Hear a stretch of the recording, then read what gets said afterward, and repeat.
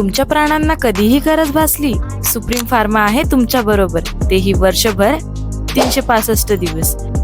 तुमचे पाळीव प्राणी असो किंवा शेतातील मालमत्ता, आम्ही सोपवतो विश्वासासह दर्जेदार औषधांचा परिणाम टिकवण्यासाठी आणि तुमच्या सुविधेसाठी आमच्याकडे आहे AC, थंड आणि आरामदायी वातावरण.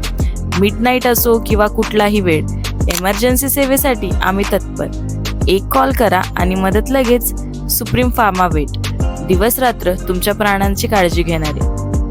येथे तुम्हाला मिळणार आहे सगळ्या औषधी एकदम स्वस्त दरात, ते 30 ते 40% डिस्काउंटवर. तर शेतकरी मित्रांनो, यायचं कुठे आहे? Supreme pharma, Tarabad road, Rahuri factory. आवाज जनतेचा, लढा सर्वसामान्य जनतेच्या न्याय हक्कांसाठी.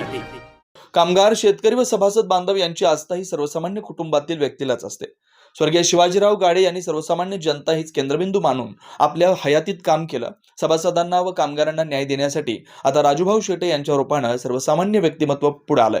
कारखाना निवडणुकीत सभासदांनी साथ द्यावी असं आवाहन जिल्हा परिषदेचे माजी सदस्य धनराज गाडे यांनी केलंय. डॉक्टर तनपुरे साखर कारखाना संचालक मंडळ निवडणुकीसाठी शेतकरी विकास मंडळाच्या प्रचारार्थ बारागाव नांदूर इथं प्रचारसभा पार पडली. प्रसंगी धनराज गाडे बोलत होते. या सभेच्या अध्यक्षस्थानी रावसाहेब गाडे होते.